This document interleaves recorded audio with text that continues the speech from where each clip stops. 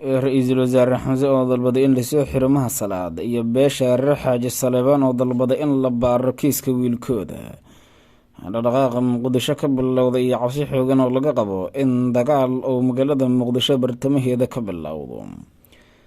madaxweyne xasan sheekh maxamuud ayaa la hordhigay dalab la xiriira in Mahad Salaad la soo xiro isla markaana cadaaladda la horgeeyo baaritaana lagu bilaabo dhacdada kiiska Farxaan Qaroole bishii uu ka dhashay oo kacday iyo tuhunno waaweyn oo soo kala dhex galay kooxda Damuljadiid. warbixin idinkula wadaagi doona xog muhiim oo ku saabsan kiiskii Farxaan Qaroole oo sababay in Damuljadiid ay kala jabaan.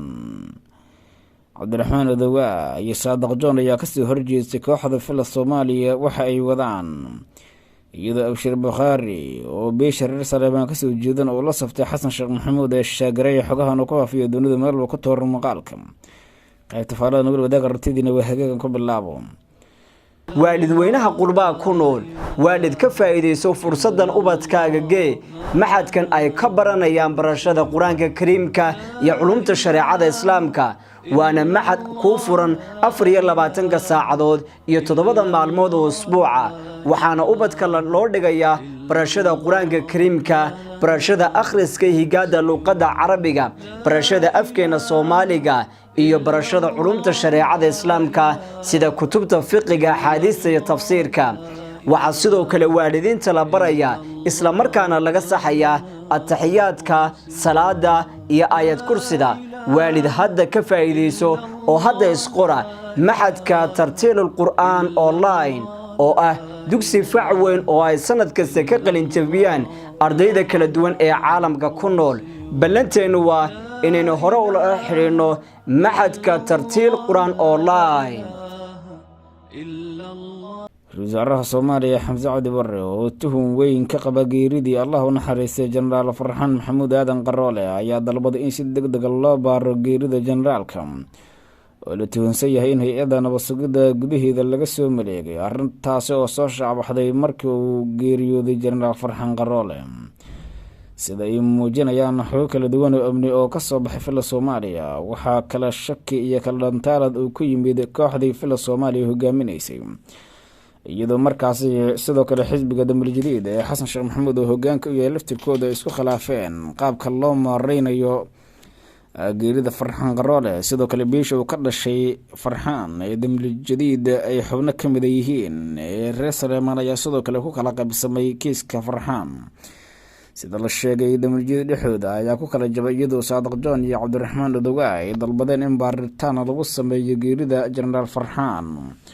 oo ay sheegay inay tuhno kala duwan ka qabaan in Mahad Salaad iyo ciidanka hay'adda nabad sugidda xubno ka tirsan ay abaabulkeeda lahaayeen. sidoo kale Abshir Bakhaari oo isla beeshan kasoo jeeda laakiin Damuljadiid ka tirsan ayaa la sheegay in uu Mahad Salaad la safan yahay iyadoo baaritaanka la dalbaday in lagu sameeyo Mahad Salaad ay ku timid kadib markii tuhun ballaaran oo ka dhashay geerida Farxaan Qaroole oo lagu dilay qarax ka dhacay magaalada Balcad gaarkeeda maalinimadii Jimcaha ayaa lagu duugay magaalada Muqdisho,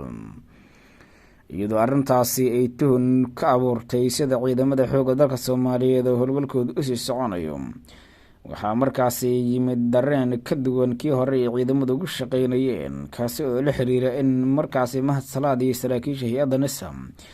ay dhabarjabin ku sameynayaan saraakiisha ciidanka xoogga dalka Soomaaliyeed ee la shaqeynayay dowladii hore ee Soomaaliya madaxweyne Farmaajo hogaaminayay. Farxaan Qaroole ayaa ka mid ah saraakiisha ugu dadaalaya ciidanka xoogga dalka Soomaaliyeed ee sida weyn ula soo shaqeeyay madaxweyne Farmaajo isla markaana garabka ku siiyay sidii looga hortagi lahaa in ciidanka xoogga dalka Soomaaliyeed uu burbur xoogan ku yimaado. Farxaan Qaroole ayaa sidoo kale sargaal aad u firfircoon isla markaana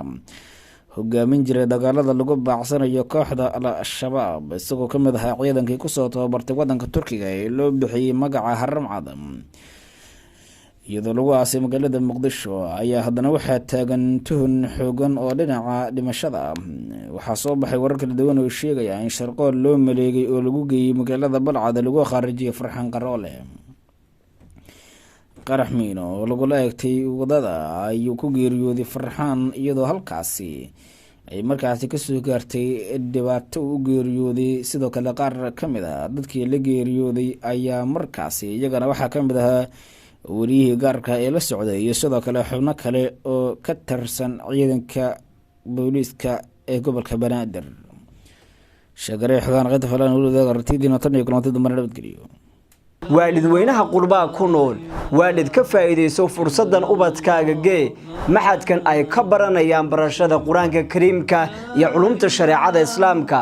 waana maxad ku furan 24 saacadood iyo 7 maalmood oo usbuuca waxaana ubadka loo dhigayaa barashada quraanka kariimka barashada akhriska higaada luqadda carabiga barashada afkeena Soomaaliga iyo barashada culumta shariicada islaamka sida kutubta fiqiga xadiiska iyo tafsiirka waxa sidoo kale waalidiinta la baraya isla markaana laga saxaya at-tahiyaadka salaada iyo aayad kursida waalid hadda ka faa'iideyso oo hadda isqora maxadka tartiilul qur'aan online oo ah dugsi fac weyn oo ay sanad kasta ka qalin jabiyaan ardayda kala duwan ee caalamka ku nool ballanteenu waa inaynu hore ula xiriirno maxadka tartiil qur'aan online